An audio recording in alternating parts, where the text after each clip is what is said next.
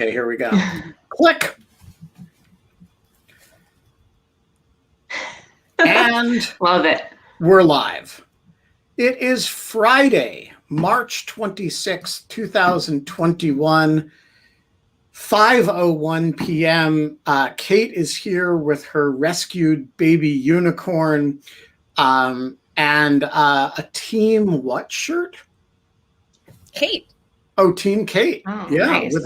with a sheep, it looks like. It's Dolly, because it was our friend Kate's birthday. We were going to a Dolly Parton concert, so it's Dolly the sheep. And there were 6 people in the group of 10 that were all named Kate. And so Kate Gage made these shirts. So I'm telling you, Kate, we have to do the all Kate episode. No, I was going to bring this up tomorrow, but I have a whole plan for it. I actually have Kate Crawford has a book out. Kate Darling has a book out. My name is Kate. That's all I've got. I'll change my name to Kate for the episode. So, Kate, you have the monologue today because you did something last night that you haven't done in a really long time. I went out to dinner at a restaurant for the first time in 14 months, I think. Where did you go? This wonderful little place called Miriam, which is this Israeli restaurant down a few blocks away from me in Brooklyn. It's one of my favorite restaurants. They have all these cute little booths and outdoor seating. And I hung out with one of my friends, Beth, who used to be my RA at Yale. And now she works at Jigsaw and does all of this stuff on counterterrorism stuff. And she is just incredibly smart and lovely and wonderful. And it was the first person I'd seen really besides the people we were living next to, our neighbors in Cape Cod, John and my parents and John's mom, that we have basically I'd seen in person. There's a few other exceptions in there. Yeah, a couple people came and visited you. Yes, there was some babies and some people came and visited. But that was but that was it. And there was never going out anywhere. And it was just we had 4 glasses of wine and all of these appetizers, and we sat and just talked for over 3 hours. And nice. John was where are you? Is everything okay? And I was I just came home. It was drugs or something. I mean, it was also 4 glasses of wine, but I was just so happy. I was oh my God. And it was weird at the beginning. I actually had it was very difficult to make eye contact and kind of know where to sit, or I just really it was everything I thought that would be weird about. You didn't think so? Or Ben, was that a Doughty McDoubt face? No, not at all. I was my camera is a little off center right now, so I'm trying to vacillate between looking at you and May in the digital eyes and remembering to look at the camera, and that's of course hard to do, and so it looks like I'm being shifty and making faces. But no. So anyways, but that was it. But it was just wonderful, and it was just kind of one of the. But it was and then there was some other things. It was really lovely to see other people, even through plexiglass, out next to me, having fun and people watch again. And then it was almost better than being in a dining room, because sometimes it's really loud and you're stuffed together in New York and it's not very comfortable. And so it's we had this adorable little cabana booth, and it had a heater that we could turn on. And then there was and it was, I don't know. It was just kind of one of these things. I just was well, it was the first period of normalcy that I felt in a while. So great. I have a question, Kate. Yeah. Are we allowed to end this monologue with the usual "we are not allowed to have fun anymore"? No, I think I'm fun. Or are we now allowed to have fun under certain restrictive conditions, and so we have to begin changing? No, I think no. I mean, we are allowed to have fun under certain restrictive conditions, but I think that's a mouthful. I think that so you don't think we should go with "we are only allowed to have fun under restrictive conditions, but in lieu of normal fun, We have Mai Sure, you El-Sadany. can say that. I'm not going to say that. Okay. Well, we're gonna go with that for today because Kate had fun last night, and I don't want to. Cheers to that. I don't want to listen to her talk about having fun and then have to end it by saying we're not allowed to have fun anymore, because that would sound like I'm dismissing Kate's experience. Welcome back to the show, Mai. Thanks for having me. It's good to be back. Have you been allowed to have any fun? I've been having some fun, so maybe I shouldn't be on this show. Not once, but twice. I've been having, it's nice. We have a backyard, so there's some space for socially distant fun, which is great in DC. Now that the weather is getting nicer, it's even more of a possibility, so that's lovely. We also have a garage, which is an interesting thing that you can turn into like an outdoor but semi-insulated space, because you can leave the doors open and go and have a little bit of protection from the rain. So we've been getting creative with the fun. So here is the question, Mai. Okay. Why do international media care more about ships stuck in the Suez Canal than people stuck under the Sisi regime? I mean, there's a fun answer to your question, and there's a serious answer, and I'll start maybe with the fun. I think that, and I'm stealing this from a coworker, but they were saying that they felt the Suez Canal photo of this this shipment container, which is, by the way, called Ever Given. It's one of the world's largest container ships, and I looked this up for you. It's about the length of the Empire State Building. So, like, live this kind of image with me. The fact that it's stuck has made a lot of people feel weirdly comforted, because it feels like how we've been feeling with COVID, being stuck at home, and just the difficulty of moving it, and how it's just stuck there and it's affecting so many things, I think in a weird way resonated with people. And you began to see all these like weird, hilarious memes all over the internet. Certainly on Egypt Twitter, they're all over the place, but they're starting to creep into like my foreign policy spaces as well. Multilingual memes. So really, I think it's just being stuck. What the multilingual memes are I like. should have collected some, but I'll send them. That'd be great. I'll send them maybe after this, a bonus to the episode. I'll collect a few and share. But it's kind of this universal, I think, feeling of being stuck.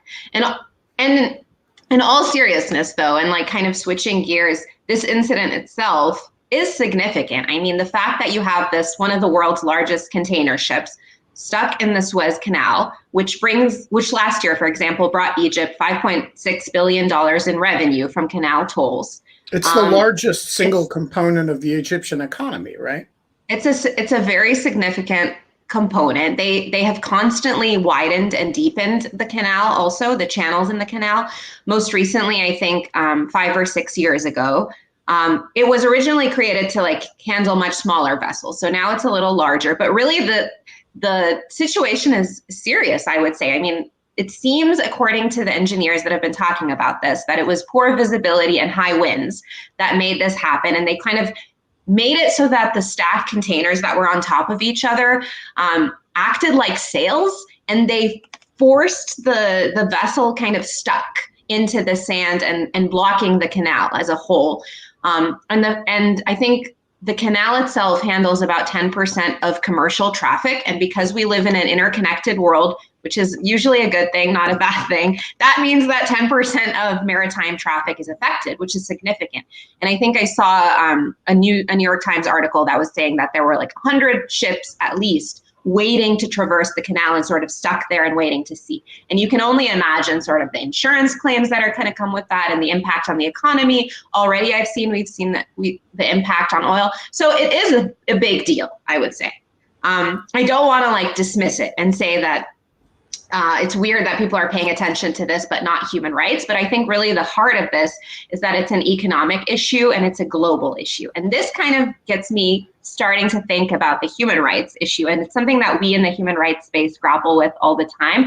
How do we make and drive home the argument that human rights, first of all, that economic rights are human rights, but also that you can't talk about human rights without talking about the larger context, and you can't talk about the larger context without talking about human rights, right? So countries that don't respect human rights can for a short period of time maybe do okay in the economy, but at some point they're not going to satisfy their citizens' needs. And so you have a situation that's at some point, even if not in the short term, on the long term, unstable. And it's something that we should all care about, right? Putting aside even the argument about why human rights matter for the sake of, or why people's dignity matters, or all of that. So I think it's kind of getting me to think, and it reminds me of conversations we're having in the human rights space about how do we drive home why this matters beyond just human rights being this marginal issue, right? And that's something that we're grappling with in the Egyptian context, but I know all human rights advocates grapple with. Like, how do you convince policymakers that human rights are important because they're human rights, but also because they have reverberating implications for that country, for the region, for the world? All right. I want to suggest you're being too generous here. Okay. Because I want to switch to human rights, but I also want to talk about the ship some more, by the way. Yeah, I want to talk about that. Let's talk about the ship. The Atlantic runs a big piece yesterday, that is all about, it is like basically the ship stuck in the Suez is fabulous. Mm-hmm. And it's this giant, it's not about the economics of it or the importance to global supply chain. It's about kind of the aesthetics of the fact that a giant ship is stuck there, and isn't that cool? And don't we all love that? And it's all about sort of personification of the ship. And yes, Steve Lawton, the word they used was glorious. And I want to suggest that there have been a bunch of things in Egypt that have been glorious over the last decade and a half. And none of them involve ships. Yes, exactly. They involve like human beings taking extraordinary risks to do things, often at great peril to themselves and their families and their friends. And none of them have managed to acquire the symbolic quality that causes the Atlantic to make them sort of cultural icons. And I agree with you with your explanation for why this happens, but I also think like that's actually something we should criticize. And, that most Americans can consume their media for a lot of months without ever having to read the word Egypt. And this should be an economic story, not a cultural story, not we shouldn't make the ship into a symbol for everything we're going through in COVID. I just think there's something perverse about that. Oh, I'm surprised that I actually agree with you, Ben, because I thought you were going to say something that I very much disagreed. But the other thing that I've seen is not that it's glorious. I'm curious what you both think of this, but I've seen that it's a symbol about, saw someone on Twitter saying that it's a symbol for why globalism is terrible. And I was like, what in God's green earth are you talking about, you crazy person? What do you think happened? There were ships going around Africa for literally all of human history since we've been able to build ships. And now they can do it without dying and it taking or without most of them crashing and losing the goods and it taking them all this. I'm are you kidding me that this is something about that this is symbolic? It's not symbolic. Well, it is yeah. You know why they're saying that is kind of something I glossed over. It's because this idea that, they're using that to fit into their world framework about globalism sucking. We should be less interconnected with the world. We should rely less on the Suez Canal. We should do less so that in case something bad happens, we have our own bubble, right? This is a dangerous sort of thinking because it leads to the whole, if we have our own bubble and we're not connected with the world and we don't rely on others, then everything in life will be dandy, which is BS, but it's also problematic. Right. It's actually super problematic. And I think it relates to what you and Ben are saying, which is just kind of like, and I remember this also, we didn't even fully even get a chance to talk about this because everything was happening with COVID a year ago, but this was the same narrative that came out of COVID. Do you remember this? Do you remember people being like, this is we deserve, this is all because of globalism and being too interconnected. Mm-hmm. And I was like, oh, go screw yourself. Like, are you telling me that like people shouldn't travel around the world?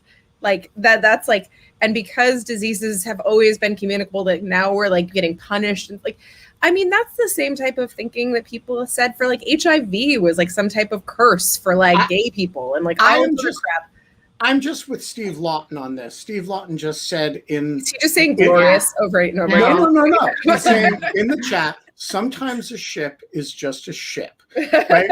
And this is a story of a ship that got stuck in the Suez Canal. It doesn't stand for anything larger.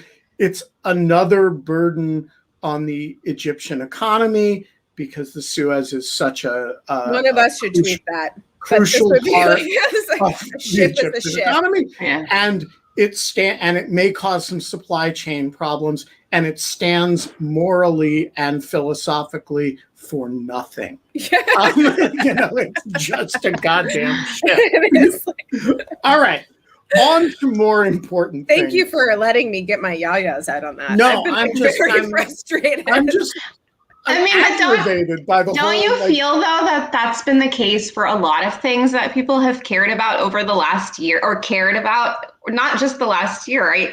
For me, it wasn't a surprise. I agree with you guys 100%, but it's also not surprising because people have been caring about really non-important stuff. Even, I mean, a very unrelated example, CNN's thinks everything is breaking news, and it's not breaking news. That is constantly the ticker. And remember when like Trump used to tweet, it would be breaking news. I mean, I'm getting off topic, but I'm noticing this a lot more. Like we don't actually know what's important, and we're forgetting about the people, which I guess, Ben, you were trying to mention earlier as well.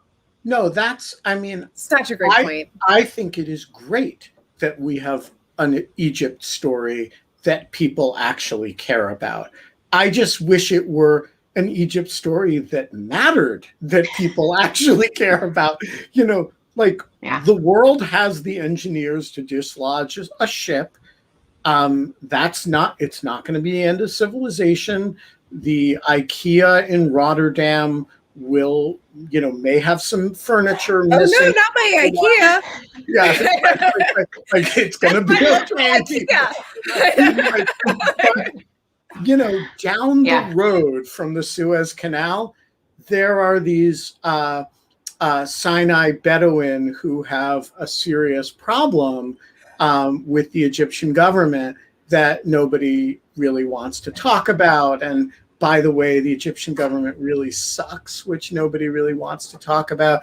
And by the way, lots and lots of Western governments, and for that matter, Gulf Arab governments, really don't want to talk about how much the Egyptian government sucks, and have a kind of vested interest in not talking about that. And by the way, the Israelis are in the same boat.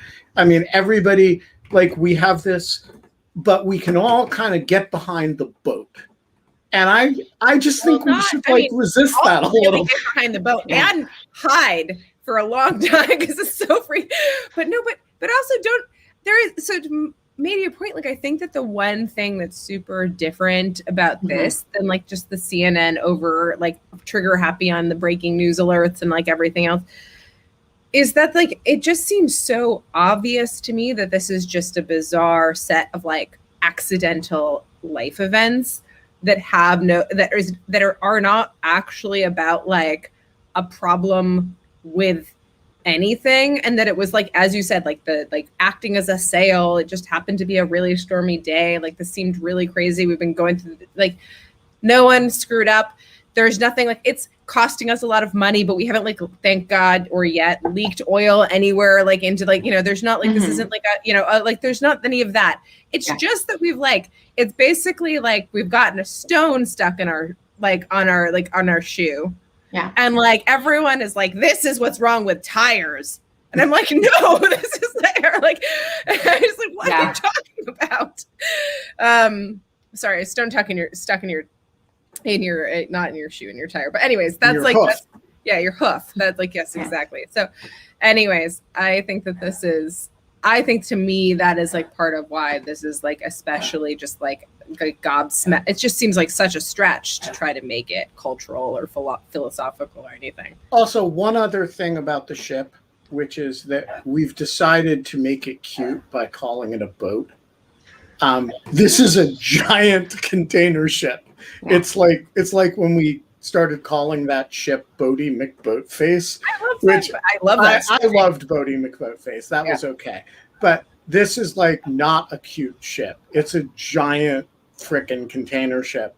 All right. Meanwhile, I love that it's bringing exposure to the fact that such giant ships exist. I feel like people had no idea that this is how big container ships are. Like, and that there's like 20 of them in the entire world. Like, it's kind of, sorry, I just think that that's kind of cool too. Sorry, but I'm a dork like that. So one cool I like thing about season 2 of The Wire. One cool little bit of Suez Canal history, which I suspect that Richard knows, but maybe not. When the Suez Canal opened, the authorities in Cairo commissioned an opera to celebrate the opening of the Suez Canal, and that was written by Verdi, and it was Aida. And that is the origins of the of Aida. So, May, what should people be talking about with respect to Egypt instead of this stuck boat? The people, for one. I think for me, my, like, as a human rights advocate, what I go back to is, what is it like to be an everyday Egyptian in Egypt? If you care about the economy, that's cool. If you care about security, that's cool. If you care about politics, human rights, but at the end of the day, people should be talking about what affects people. And I think that this is something, Ben, that you kind of triggered in me when you were talking about how the Atlantic featured the ship as this big cultural moment, but maybe tokenized a bit 10 years ago, the protest movement in January 25 in Egypt. And then when things didn't go exactly as a romanticized version of a revolution would, then it became labeled a failure. And this is something that I could talk about for days. So you'll have to stop me. But really, this idea that we were preach, because this is like I'm ready for this. Okay, because we were like, there was so much romanticization of the protest movements, and people were like, oh wow, like these people went to the streets and they risked their lives and then they overthrew a dictator. How cool. And they talked about how social media helped mobilize the revolution and all of this stuff. And then when things started to go poorly, which is not unusual when you look back at revolutionary history across the world, and you look back at revolution, not as a period of 10 years, but as a period of 50 years, it's not weird to have like blips and counter revolutions and so all sorts of things along the process. But we decided that 10 years later, it was a failure. And this gets me because just last January, 2 months ago now, was the 10-year anniversary of the Egyptian Revolution. And I haven't done this, but anecdotally, the vast majority of the headlines are about failure, despair, sad stories. And don't get me wrong, it is sad. There's a lot of bad things. But at the same time, if you talk to the people on the ground, or the people who risk their lives, or the people who are in jail, they don't have the luxury to give up, or they don't have the luxury to think about their demands. They're like demanding social justice and dignity for that to have failed. They are cognizant of the reality and they know how damn difficult it is. But at the same time, like for someone outside watching, like from Washington, D.C., to then decide that your project of democracy has failed and good luck to you guys and it's over, and I'm not going to pay attention anymore because it's not sexy and you aren't overthrowing the new regime in 18 days, I think is offensive and really takes away from the agency of people. And it's something I'm not just seeing in Egypt. It's the case across much of the coverage of the Arab Spring. Can I just say also that if you applied that standard to the French Revolution, the French Revolution would have had to have been scored a disaster. 1789, 1790, 93, they execute the king. 10 years after that, they've got Napoleon, they've got an emperor who leads them into a disastrous war. They emerge from that with a restoration of the monarchy. And by the way, it's really not until the middle of the next century, that they have a functioning republican system. But we don't look back at the French Revolution and say this was a total failure. We look back at the French Revolution and say it was the end of the Ancien Regime. It was, bloody and horrible, and it was a part of a process that led to stable Republican government over time in France. It's pretty rare that you have a situation where you have a sudden revolution and then nirvana emerges from it. I mean, that's the story we tell ourselves about 1776 to 1789, but it's quite a lot of nonsense, actually. And it's taken a lot of years for us to unteach ourselves that story, and to remember that we had to have a second American Revolution in 1865, and then sort of a third one 100 years later. I mean, there's a kind of like, what's the example other than Czechoslovakia in 1989, right, 1990, where you kind of snap your fingers and get Václav Havel. There aren't that many cases of that. Yeah. I was going to ask a question to both of you, which is that there have been a number of kind of pushbacks and recasting of the kind of the Arab Spring and the role that social media had and played in it. Not that social media wasn't significant as much, but basically that it wasn't that with the exact point that you're making, that it wasn't a net good. Like, we act like this was this wonderful thing that happened with like kind of like, and I think this is primarily actually Zeynep Tufekci has like written this in Twitter and Tear Gas. She kind of like makes the argument that like, well, like actually like, yes, maybe Twitter helped all of this happen, but maybe this wasn't to the world's benefit. I know. And so that's like, I would be interested in a counterfactual on the tech. Like, if the tech was actually, if she could show, or if she does show, and I like might have misread what she was saying, but like, if she could show that the tech didn't have an effect, which I just don't think anyone has shown.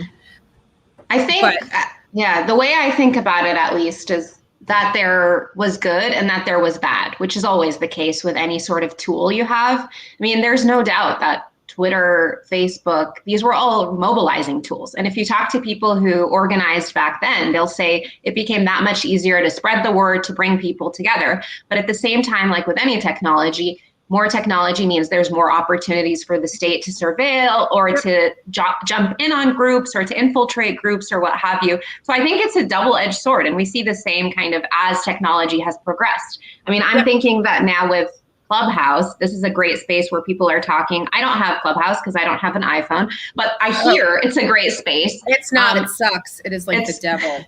So this is the thing. Worst. People like it in a lot of the human rights MENA groups that I am in, because it's facilitating conversations that aren't being had. But from a privacy perspective, I agree that it's the devil, and the privacy policies are abysmal. And I'm really terrified. What I was going to say I is just that mean like it's like talk radio, but like less. Yeah, I can see that. But the privacy stuff is really scary. And I'll say, like, the fact that it encourages you to have conversations with people not thinking about who's listening or who's in those places, and the fact that it can be recorded is, I think I wouldn't be surprised at all if there were cases being put together in Egypt now to prosecute people for what they're saying on Clubhouse. I mean, we saw that with Twitter and Facebook. And I know for a fact that even Egyptian TV hosts have actually like said, oh, we've recorded you and we heard you guys talking the other day about this. So it's already being used. So anyway, to get back to your point, I think there was good and I think there was bad. But May, just on Zeynep's larger thesis, do you know anybody in the Egyptian human rights world who says looking back over the last 10 years, yeah, in retrospect, Tahrir Square was a mistake. We should have just, stuck it out under the Mubarak regime. I mean, not in the human rights circles of people who continue working today. There are certainly people that are like let down, and there are certainly people who are traumatized, and there are certainly people who've left the organizing space, whether they've had to or whether they wanted to or whether they just couldn't continue anymore. So I'm not going to lie and say like everyone is like, oh, it was wonderful and great. But yeah, the people who are still working today, albeit in different forms, don't look back and think of that as something they regret. They look back and they say, even first of all, the deposing of Mubarak was an important step, but even beyond that, the fact that people came together across social class, across like socioeconomic background, began to have these conversations, began to think hard about how to politically organize, started to invest more in civil society. I was talking to someone yesterday who was talking about how Tahrir Square was the beginning of the women's movement that we see today fighting sexual harassment online in Egypt. Like there are so many gains. Some of them may seem little, but many of them are very big to the people involved in them and to various movements. So yeah, I think there's so much success. And because we I think going back to what I was saying originally about the failure headlines, because we look for a certain type of success and that's how we define it in that immediate moment, and it has to look this way and it has to be head of state or what have you, we're missing the tons of successes that do affect people's everyday lives. I think that's so right. And actually, Petra has just made a really interesting point in the chat, which is that Petra's Czech, and she says she reacts to this as though you're talking about 1968 in Czechoslovakia. And of course, nobody knows between 68 and 89 that those are connected events. It feels like 68 failed, right? And people don't think of the degree to which it primed a pump that then is not actualized or really visible until 89. And I think it's, in the history of revolutions, it's just way too early, 10 years to say like Tahrir Square failed. I think you can say it didn't succeed yet. I don't know.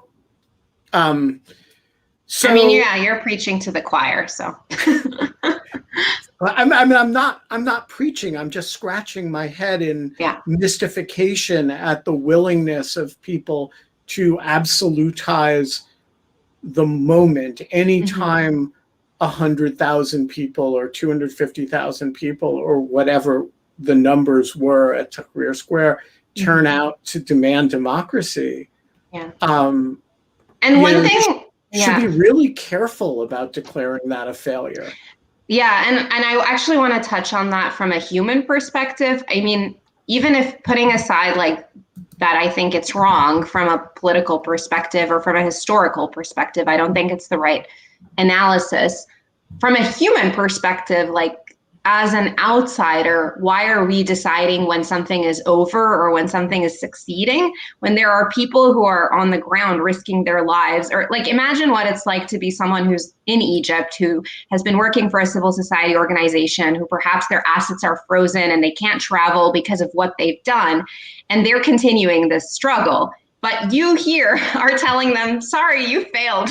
Right. How traumatizing is that even from a human perspective? Or like, who are we to say that, or why? Why are we even saying it? It's their story to tell. So when you look at the current conditions in Egypt, which are admittedly kind of bleak for people as well as ships, how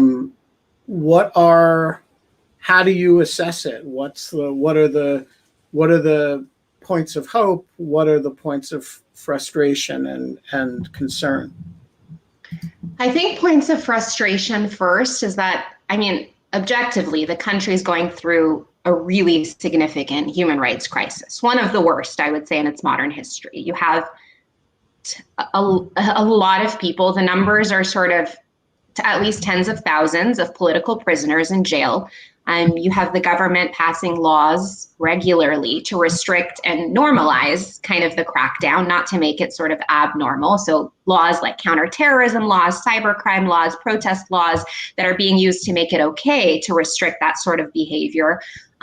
You have a spike in forced disappearances. Now, oftentimes when people are arrested, they're disappeared for a few days, so you don't even know where they are before they're finally brought to a prosecutor who will tell them, this is what we're accusing you of. You don't see your case files. You barely have a chance to sit with your lawyer, and then you're ordered into pretrial detention up to sometimes 2 years, if not more. So you have a really, really bad situation and a really, really restricted space to organize.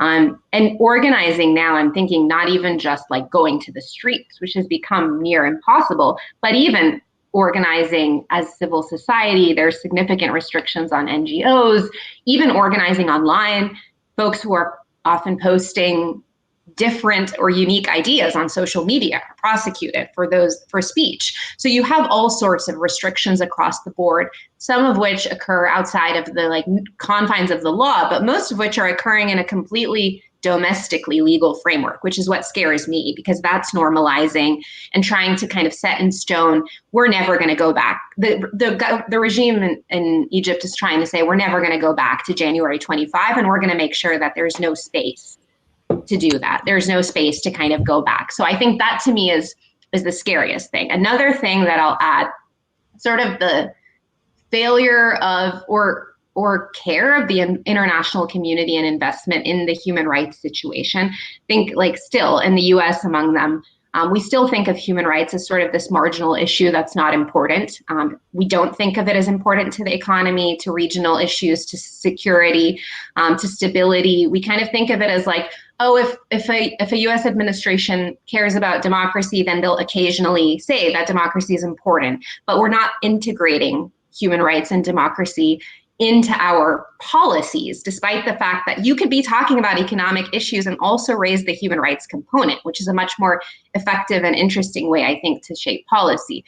So the US and the Western world, I would say, have continued to have relationships with the Sisi government without putting any conditionality or leveraging the relationship, and acting as if kind of Egypt has a carte blanche to do as it will, which I think empowers the government to continue along its way. And it's no surprise that the situation from a human rights perspective is only getting worse, not better, because no one is saying, oh, maybe you should stop, or hey, we're giving you this much in aid, could you please not target American citizens or not take hostage the family members of American citizens? We're not even making those minimal demands, let alone kind of raising the large issues that affect non-US citizens. And do you see any of that changing in the Biden administration? Surely, I mean, at a minimum, you're not going to have the sort of active encouragement of Sisi that you had under Trump, but do you... the structural elements of what you describe, we have certain strategic concerns with Egypt that are considered more important than human rights. Don't go away with an administration. Do you see any sign of creative thinking within the new team on that? I think it is case by case and agency by agency and individual by individual. And I think this is not an Egypt story alone. I think there are folks in this administration who want to take a more creative and active and engaged approach to democracy and human rights. And there are individuals who are more status quo. So I think we're going to see a toggle between the two. I don't think it'll result in a cohesive policy overall. I think certainly there are some good things. Like don't get me wrong, there have been some excellent public statements as early as with then nominee Secretary of State Blinken talking about EIPR, the Egyptian Initiative for Personal Rights, one of the largest Egyptian NGOs and most reputable NGOs, when there was a crackdown, and he tweeted about that. That was significant, and that had a lot of like reverberating implications. And the administration, has continued to say the right things in a lot of different cases since then. The first call that Blinken had with Egypt's foreign minister, human rights and democracy were upfront, and he said that it was a central pillar of the relationship. So the messaging is good, and I expect the messaging to continue to be good. What I'm really hoping for is some more creative thinking where we start thinking about soft power, where we start thinking about agencies like USAID, which gives a ton of money and could potentially shape creative programming to do things like train human rights lawyers, invest in sort of the long-term change. There's a lot, I think, that can be done there that we're not really thinking about because we've always looked to kind of public statements. I don't expect a huge change in the aid. I mean, I maybe a little bit more tendency to do conditionality of aid or some conditionality of aid on human rights conditions, but I don't expect a big change. For me, the opening I see is creative thinkers and new voices who are seeing that this isn't a standalone issue and are trying to incorporate it every chance they get, whether in commerce or energy or aid or what have you. He is shrouded in darkness. He is, I'm trying to think what else to say, but Christopher Argyris. Just shrouded in darkness. Yeah, just shrouded in darkness. Emerging from the gloaming. There we go. The floor is yours, sir. I'm trying to channel Daniel and also show my background without reflecting my skis. But your point about revolutions seeming like early failures but being ultimate successes is well taken, and I am in the spirit of the Greek Revolution, which the bicentenary was yesterday, and we will be in that for the next 10 years. I'm wearing my Greek football kit, so we can see it. Oh, yeah. You can see the flag. Hello, May. Hi. So my question is also about January 25th. I'm asking what you think are the ultimate lessons of January 25th. 10 years on, some people would say that there was the elections were held too early for the non-Islamist parties to mobilize. And so I wondered whether you think that no matter who was elected as the next president, would the military have deposed that person, whether or not it was the Muslim Brotherhood and Morsi, or what are your takes on sort of what you've already talked about, sort of January 25th, but 10 years on, sort of how do you see the lessons of this, and sort of reflecting on the issue of early elections? And it was the same thing with people said in 2005 in Iraq that the Islamist parties were the early ones to organize, and they should have held out longer for the other, like, more secular, secular is a dangerous word in the Middle East, but the less Islamist parties to organize, so that there would be alternatives to the sort of Muslim Brotherhood or those kind of parties. I don't know if I can tell you. I think I would be having a ton of book deals if I could tell you what exactly the lessons learned were of January 25. And again, in the spirit of kind of 10 years isn't long enough to have like real lessons, but I can reflect a little bit on something that you said. And that's the space. I agree completely that there is no way that non-Muslim Brotherhood parties could have mobilized or trained or sort of developed political platforms in time, considering the schedule and the timeline that was present.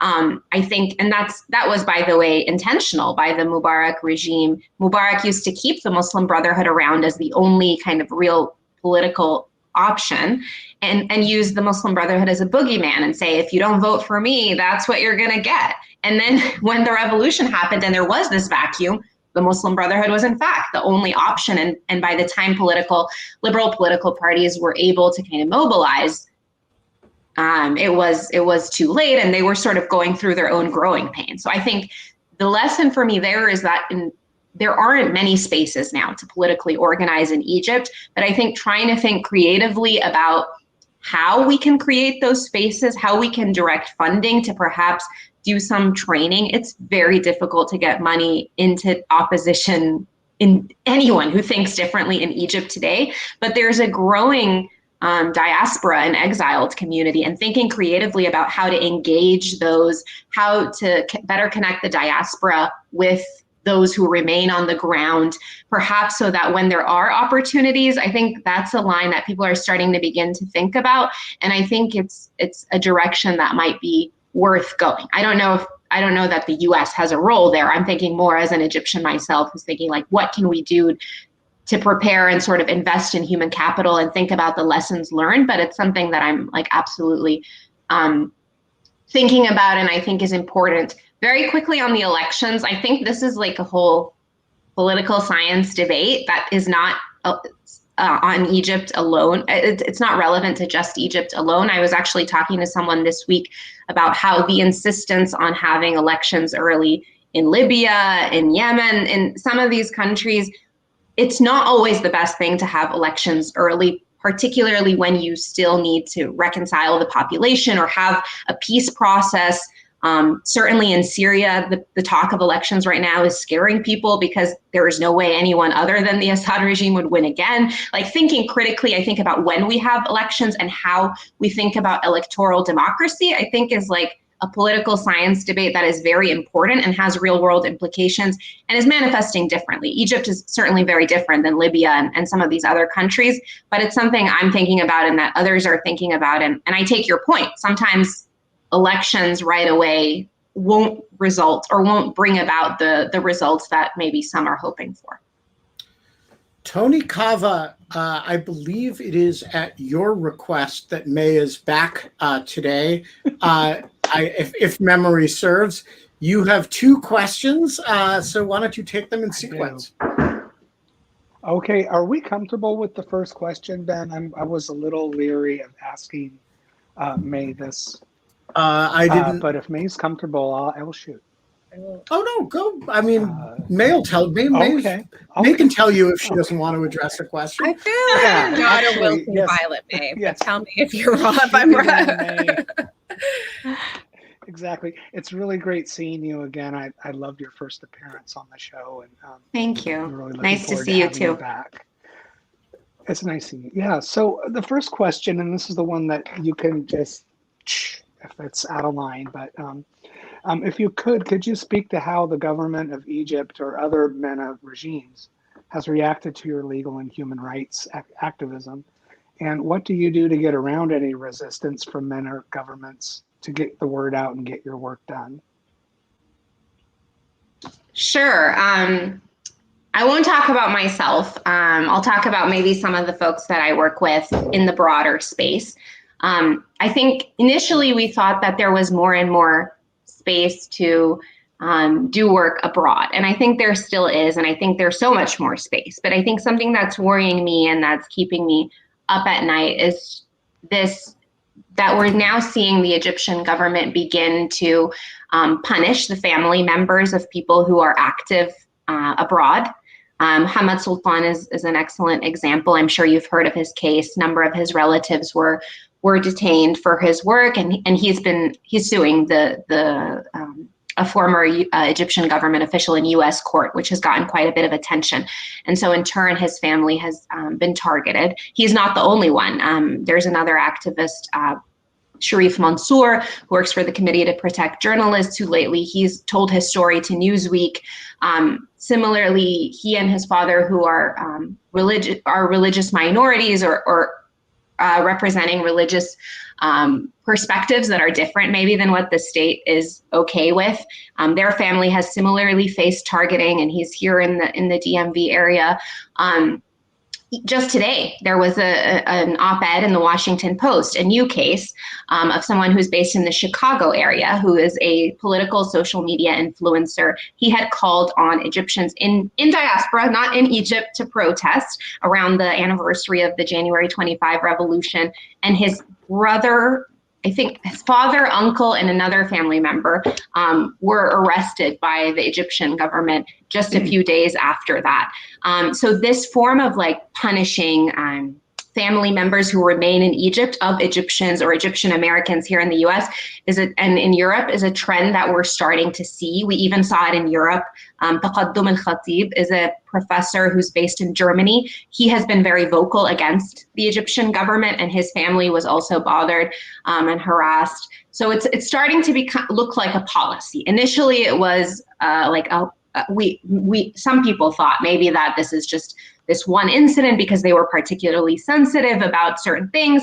Turns out this is seemingly going to be a policy, and I see it developing, and I don't know that governments are thinking quickly enough to respond to it or thinking about their obligations towards their citizens or residents in their country. And it's something that's definitely worrying. And I think we need to think creatively about what can be done and what responsibility and role that is, and also what that means for organizing in diaspora and exile, particularly for these MENA like the MENA region. Diaspora and exile is sort of our new hope because they're able, right, to connect with the international community, to do advocacy with governments, to do some of the capacity building, to invest back in the region. All the while, of course, I'm not saying forget about the people on the ground. I'm saying work together, but use that space. The space is beginning to be eaten. There's certainly still space, but we don't want to wait until that space is gone, right? So I think now is the time to be thinking about that. It's very CCP. I mean, it's like the kind of thing that the Chinese Communist Party has done to Chinese liberals and Uyghurs for a long time, the sort of constant threat to family in country. But it's not something until these recent cases that I've associated with the Egyptian government. Your second question, Tony. Well, actually, this goes right. My response goes right to my second question because it's about Ali Hussein Mahdi. I read his op-ed today, and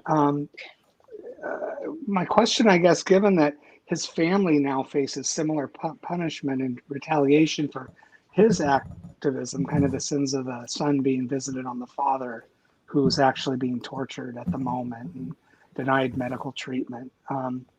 But I'm wondering what I can't believe Sisi just thought of this. I mean, I can't imagine, as you said, the Chinese have been doing it. So I'm wondering what have Egyptian activists done to protect and amplify the voices of the diaspora in the 8 years since Sisi seized power, and what steps should our government, when you say we should think about it, what steps should the diaspora do, and what steps should Egyptians and what should our government do to kind of amplify and those voices and protect them? I think it's something that Egyptians and diaspora have been thinking about for a long time. There are so many more than the ones that are not outspoken. And I think often they think about this and they're worried about implications for their family back home. So it's something that many have to grapple with. And I don't think that's going to end, unfortunately.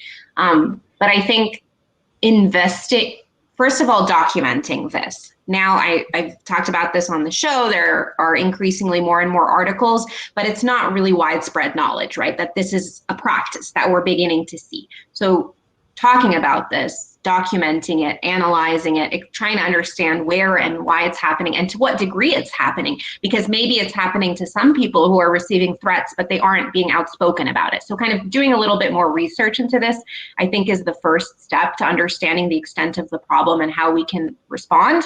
I think certainly depending on where Egyptians or allies are, beginning to engage with governments to raise this as an issue, to say, hey, if they're citizens, I'm a citizen and this is happening to me, and it's an attempt to silence me. I think trying to tie it back to the host countries, because host countries do have a responsibility to kind of look out for their citizens.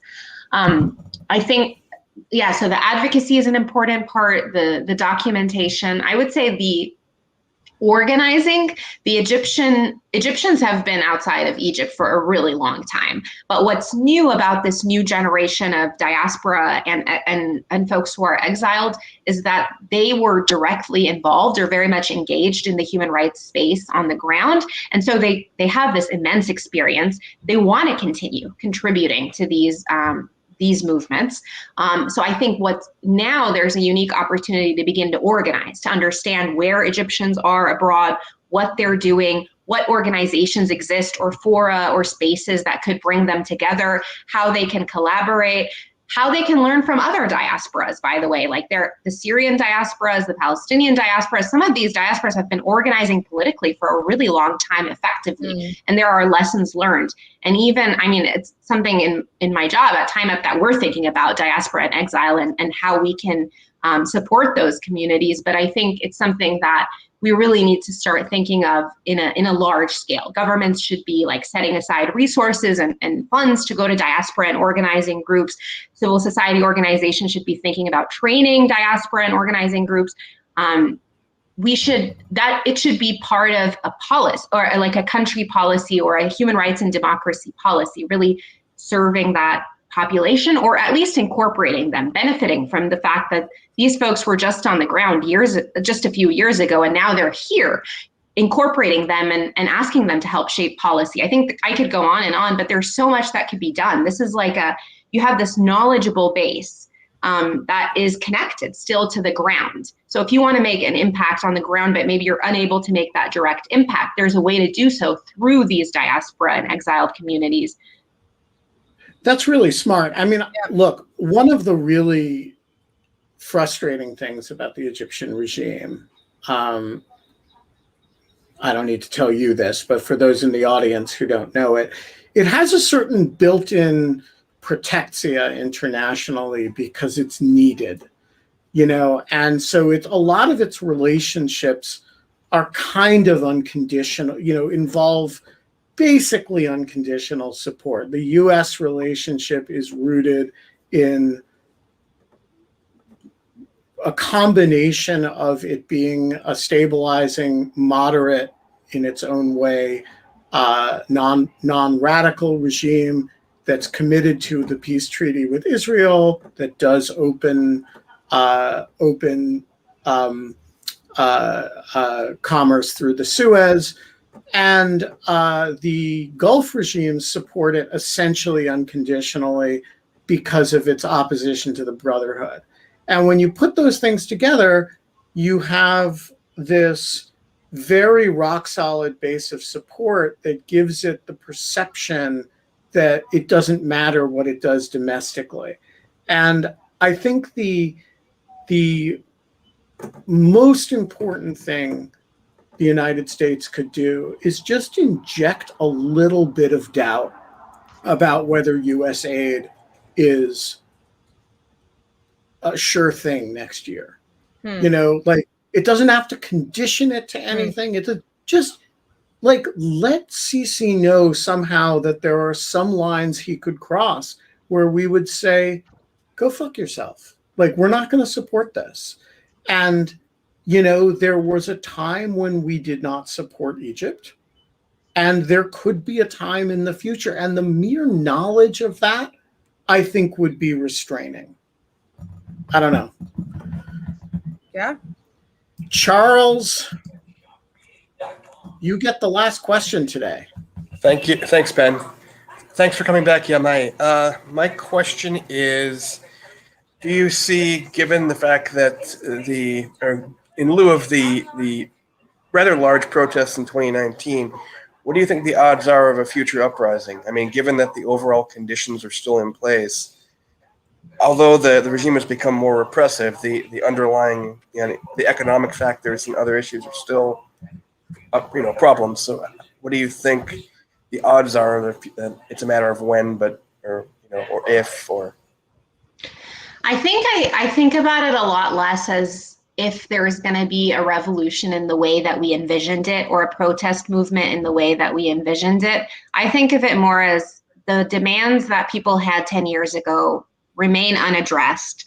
There are quite a bit of unaddressed economic demands as well.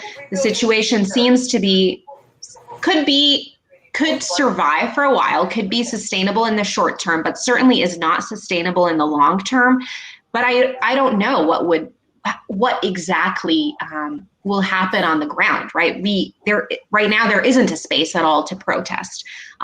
We would have to have very different circumstances for that to actually happen. And I don't envision a return to kind of 2011. What worries me is that this is inherently unsustainable in a long term, and failing to kind of see the long-term issues here, I think is short-sighted and has all sorts of other complications wrapped up in it. But I'm not going to guess what will happen or when, but I certainly know it's not good. Steve Lawton, I said Charles had the last question. I dismissed him, and you popped up on the screen, proving that Crowdcast can make liars of us all. You get the last question today, as the case may be. Hi, great conversation, great information. My major concern is U.S. As the seller of arms around the world, the way it exercises its foreign policy. What are the factions in the CC in the military? It can't be a monolith. Are there different factions that have different preferences, and what would be the effect of reducing arms? We've got to reduce the amount of military arms that the United States sells around the world. It's terrible. Thanks. Probably factions in the Egyptian military? The subject of a book, I will say. I think there's no doubt that there are factions. I mean, looking back at the last 10 years alone, we saw some of those factions or differences in perspective play out, and they continue to happen. And there's a lot of switching up of the military guard. In the last few years, we've seen some folks formerly affiliated with the military try to run for office, and they were quickly told that they could not do so in various ways. So I think it's a complex body, but it's also a very tight-knit body. It's a body that we don't understand enough, that there isn't enough reporting on, that is impossible to understand where their areas of control are. There is a significant economic story here. The Army has significant economic interests in the country. You're not allowed to really speak about the Army's budget. You're not allowed to report on the Army without using Army-approved statistics. So there's a lot of lack of understanding about what's going on within the ranks of the Army. But there's no doubt that the little bit that we've seen as a result of people going rogue and trying to run for elections, or as a result of some of the other earlier developments in the last 10 years, tell us that it's not just a cohesive body. That being said, I think Sisi is constantly thinking about ways to make sure that it is as cohesive as can be in his control. We'll see. Kind of the next few years will tell us more, I guess. We're going to leave it there. Mai El-Sadany, you're a great American and a great Egyptian. We will be back tomorrow at a special time. I'm gonna use Eastern Daylight Saving Time. You're gonna use your finger to avoid confusion, not because I concede that we should be using anything other than Universal Time. We will be back at 1 p.m. tomorrow. Just Kate and me, and it'll be just us. We will plan the show for the week. We will do the usual Kate and Ben stuff on Saturday, but it will not be at the regular time. So for everybody who shows up at 5 o'clock tomorrow, I can't help you with that. Someone wants to send me a brisket recipe. I'm open for it. All right. So that'll be now I have to do math. 20 no gosh. It'll be 18 hours and 55 minutes from now. Very good. And until then, we still don't have fun anymore, notwithstanding Kate's dinner out last night.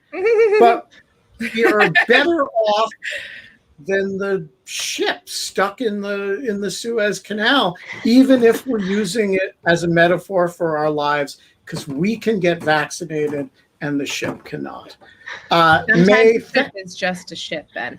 I don't yeah, know. because sometimes the ship is just a ship. I'm trying to overdo it just for dramatic effect. It's working. It's working. Yeah.